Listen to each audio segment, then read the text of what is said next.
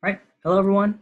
Hopefully, all of you are doing well in this time of relative uncertainty, in addition to all the stuff that's been happening in the last couple of weeks. But at the same time, we're all here. We're all doing what we need to. And we're going to talk a little bit about how we can get a little bit more money. So, we'll talk about the UCI School of Social Sciences scholarships. Okay. So, before I begin, just to reiterate, just to restate again, if you do have any questions, we're going to answer all of this stuff at the end of the session today. And if you do want to interact with me, there's always a chat function that's at the bottom if you want to say something. And then there's also the Q&A. So without further ado, let's go ahead and talk a little bit about the different social sciences scholarships. Now, there is something that you need to distinguish is that each of the different schools that you're going to be a part of, so whether you're part of social sciences, humanities, arts, the med school, there's always going to be some kind of scholarship that's going to be available specifically to your own school. So that's what we're going to be talking about. It is going to be a little bit different from the scholarships that are available in the Office of Financial Aid, but there is going to be a little bit of overlap that could get confusing, but we're going to make sure that we make that a lot easier for everyone to understand now. So let's go ahead and go on to the session. The first thing that people really want to know is, am I actually eligible for any of these scholarships? And this is going to be something that's standard for all the scholarships that we have available within our school. You have to be a full-time continuing UCI student. So essentially what that means is that you have to be somebody who is continuing into the university.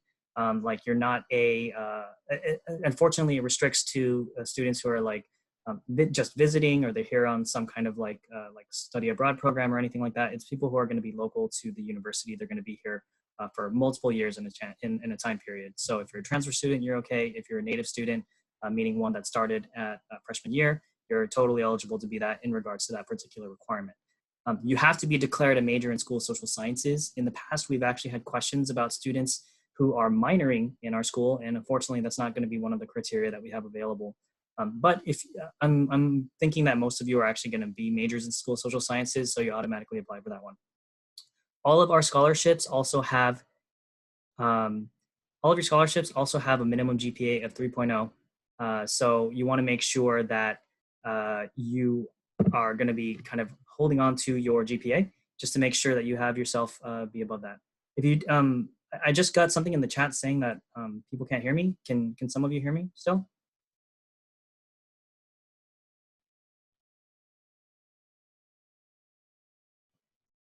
Okay. Okay. Sorry. Just wanted to make sure. For those of you who may have difficulty with seeing the information come through, we will be sending you the PowerPoints as well. So just go ahead and hold tight, but we'll go ahead and run through the presentation. All right, so what is it that you're actually applying for? Well, with all the different scholarships that we have available, they're all going to be at varying different price points. A good amount of them are going to be between $300 to $1,000. We actually do have one scholarship that's going to be upwards to $1,600, and that's something that is also open to graduate students. So you'll understand that the different pool of people that you have that you're going to be competing against is going to be a little bit higher. The type of scholarship that is going to be a little bit higher in regards to the what's going to be asked for you for the paper, but it's also not unheard of that people aren't going to get, or that they get that scholarship. So we'll go ahead and talk about those things a little bit more in depthly now. Okay, so these prizes are going to be separated into two different categories. Okay, you have merit prizes, which are basically things that kind of observe who you are and based on your status, right? Based on your merit. So if you have good grades, if you're a part of a particular population of students, if you've done some kind of service, this is the kinds of things that you would apply to. So really what it is just a simple application process that you apply. And then if you qualify for that scholarship, then you have the ability to be put into the pool of applicants, and then your entire record is going to be reviewed. Typically, this includes having something like a CV, a resume, personal statement, your transcript, and also just what your actual admissions process looked like. So they're going to pull some information from admissions to kind of determine if you fall within these categories as well. So to actually describe some of these things, the David Roston International and Community Service Scholarship is going to be one that's based on community service, or if you're somebody who's in international affairs, or if you studied international affairs. So if you have something like that on your record, you can definitely apply for this one. The Outstanding Community College Transfer Student Scholarship is for students who are transfer students, right? So just to let you know, if you are a transfer, there is a minimum requirement that you're here for at least a quarter, or I believe it's a quarter or two. but you have to, it's not going to be during the first quarter that you're here. So you're going to have to wait a little bit later in the year before you can actually apply. And then lastly, the Alumni Academic Excellence Scholarship. Don't be fooled by the fact that it says alumni. Really what it is, it's a scholarship that's trying to recognize students' academic performance. So you're most likely going to be needing to submit some kind of transcript or something to show where your academic vigor is. Okay. These scholarships are typically going to be open November 2nd through December 31st. So this is something that's in line with what's currently happening right now. The applications are actually open already. And the deadline is going to be December 31st. So you do have this entire month's period to be able to apply to this application. The way that it works with the Office of Financial Aid, which is what OFAS is here in the title, essentially it's going to be a common application. So for those of you who remember what it was like applying from like high school or community college into a university, some universities have a common application where you can apply it once and then they determine whether or not it applies to many different scholarships. So for these particular merit scholarships, that application is going to be available for you that you can apply. And then they're also going to see if you actually satisfy the requirements of other scholarships that are going to be monitored by that particular application. So let me go ahead and show you where that's at. So let me go ahead and stop share temporarily, and then I will share again, because we can show you a little demo of where to find this information. All right. So if you were to type in UCI OFAS, which is just Office of Financial Aid, you can click on the UCI Financial Aid Office, right? And then we'll go to scholarships and we'll go to current undergraduate students. Now there are going to be scholarships that are available to specific freshmen and transfer students as well. So if you wanted to look at that, you definitely can. But we're going to look at current undergraduates right now because that's what we're going to try to find. Now, it could be a little bit difficult to navigate this because you can see that I'm going through like 3 or 4 different pages just to get to the place that I want to. But that is the nature of how these websites are created. It's a little archaic, but at least we can find it here. And that's why I'm here to show you. So how to apply. Essentially, it's going to be here in this apply now. Now, because I'm a staff member, I can't actually go into this portal because I'm not authorized to go into it. But if you wanted to, and if you can click on this here, and I'll go ahead and put this in the chat box, you'll be able to see that it's going to ask you to log in, and then you'd be able to go to the application portal. So let me put this here. There it is. All right. And again, it's going to have a list of all the different scholarships that are going to be available for you to be considered for if you do apply through that common application. Okay. All right. So that's going to be the first part of it. The next part, let me actually just not do the presenter form and we'll just go here. These things are going to be now, the link didn't show up. Oh. Thank you for letting me know. All right, so there's the link now. Okay, so we also have a series of paper prizes. Now, here's where it can get a little bit confusing because the paper prizes aren't going to be based on a singular application like the Office of Financial Aid. There you have one application, it's going to apply to multiples. These ones are going to be 3 specific papers that you're going to submit in 3 separate applications. So to quickly go over each of these different things, the Alice B. Macy is it's asking for you to submit a paper that has original research that you may want to suggest or that you may want to submit to here. And then we have a series of faculty who are going to be reviewing that and determining whether or not you qualify for the paper prize here. So Alice B. Macy is going to be the actual basic research. The Charles A. Love paper is one that talks about creative models for your research and developing of theories. This is actually the one that is the $1,600 one where you're competing with different undergraduate and graduate students. So it is a relatively competitive scholarship, but it's one that you definitely are able to do. Mostly it's attractive to people who are currently in honors programs or currently doing a research project because essentially you would hope that your research project is going to be strong enough to be able to apply for this application. And even still, I would say that you should still try to apply for it anyway, regardless, because if it is something that could be accepted and reviewed, you at least want to see if you can get it reviewed rather than just not submitting anything at all.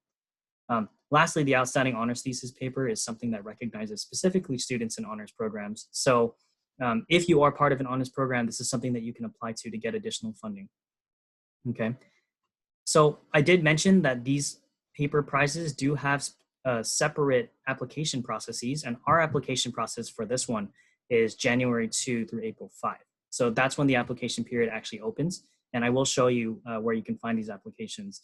The deadline for this one is April 5, and then you're going to be reviewed during the following week afterward, and then hopefully we'll be able to give you a decision about whether or not you receive the scholarship sometime in June 7th. Okay, so with that being said, I'll go ahead and show you how to actually find the information.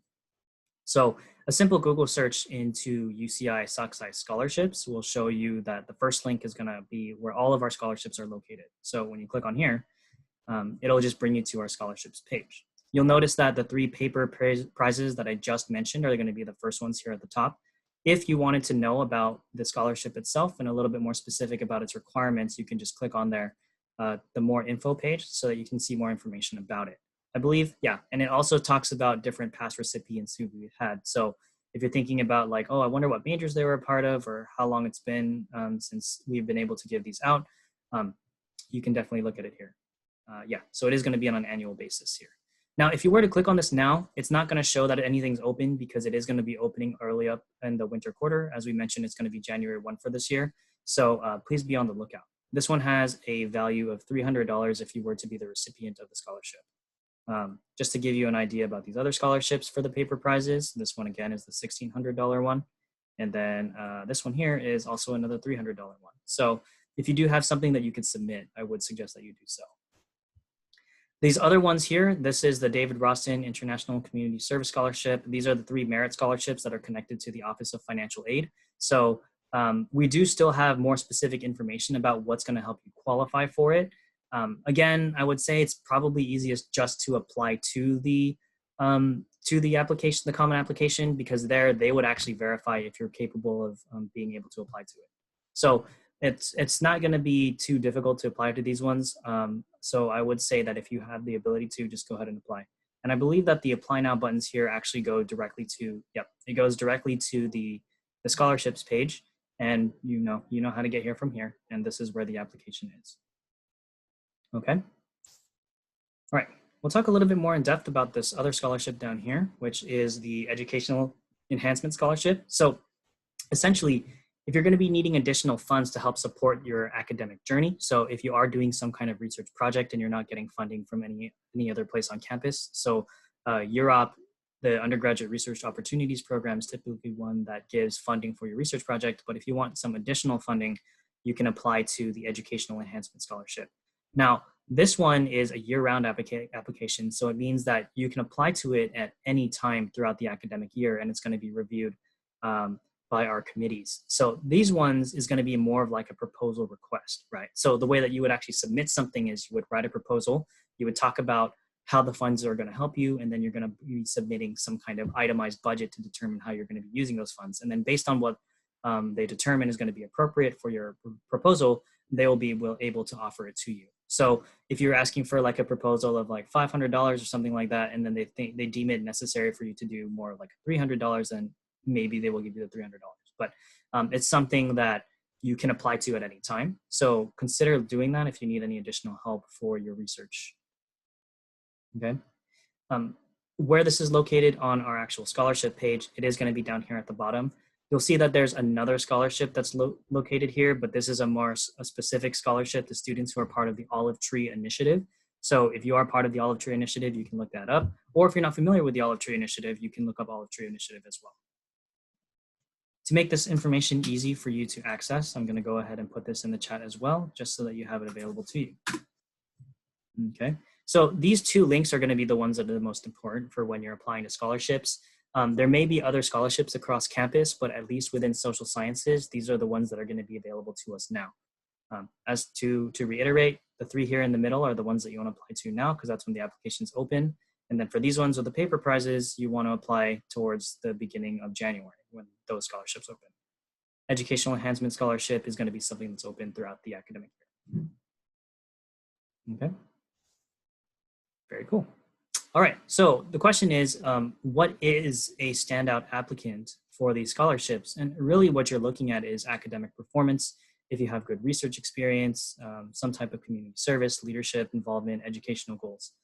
For those of you who work with our associate dean, these things may be familiar to you because they're related to something that's noted as the 5 pillars of education, where a strong applicant in general is always going to have a really great GPA. They're going to have a lot of involvement in different leadership experiences. They're going to try to find a way to provide to the community.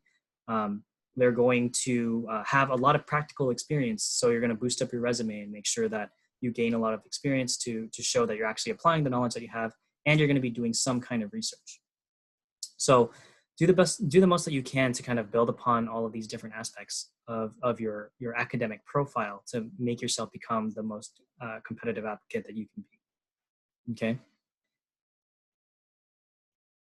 With that being said, there are different ways that we can actually help you out with the application process. Some of the applications are going to be requiring some kind of personal statement to be submitted.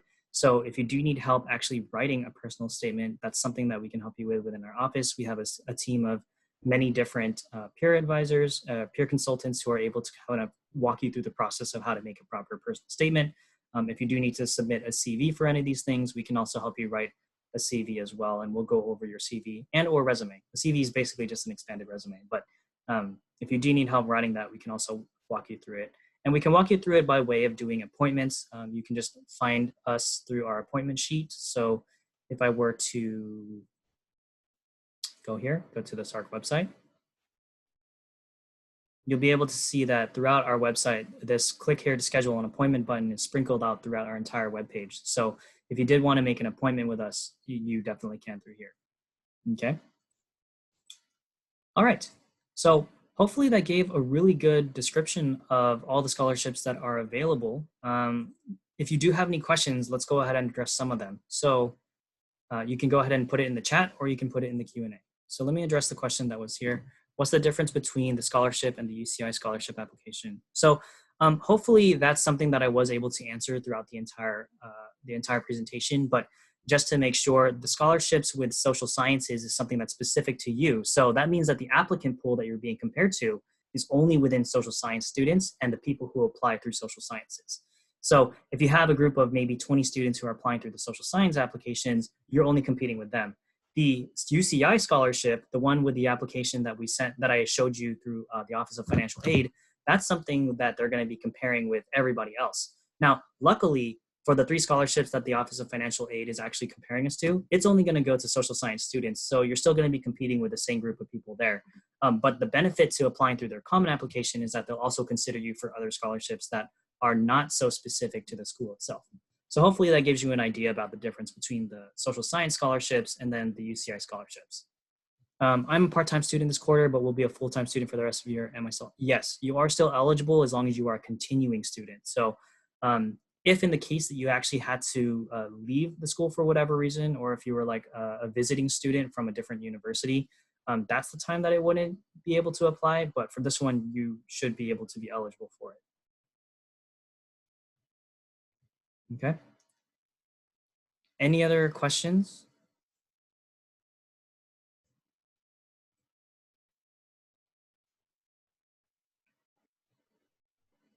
One of the questions that I also do receive regularly is when is it that we actually get notified? So I did say this also in the presentation, but you are going to be notified of when you're receiving the application. If you receive the award sometime in June.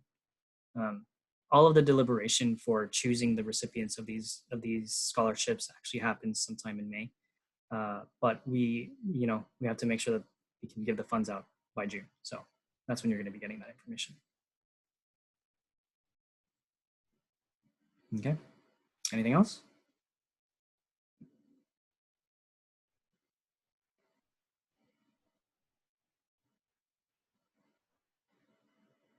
All right.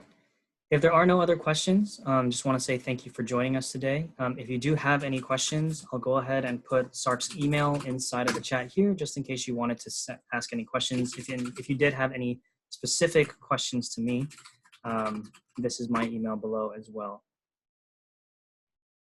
Oh, there's another question that just came in. Does receiving past scholarship affect my chances now? Yes. If you did receive a scholarship in the past, say, for example, you received the David Roston scholarship, you wouldn't be able to receive it again, ever. So you should, it's not necessarily like, is receiving scholarships overall going to affect my chances? No, the only time that it actually matters is if you receive one scholarship and then you apply again for it. We're not going to be able to give it to you twice. Okay, hopefully that clears that up.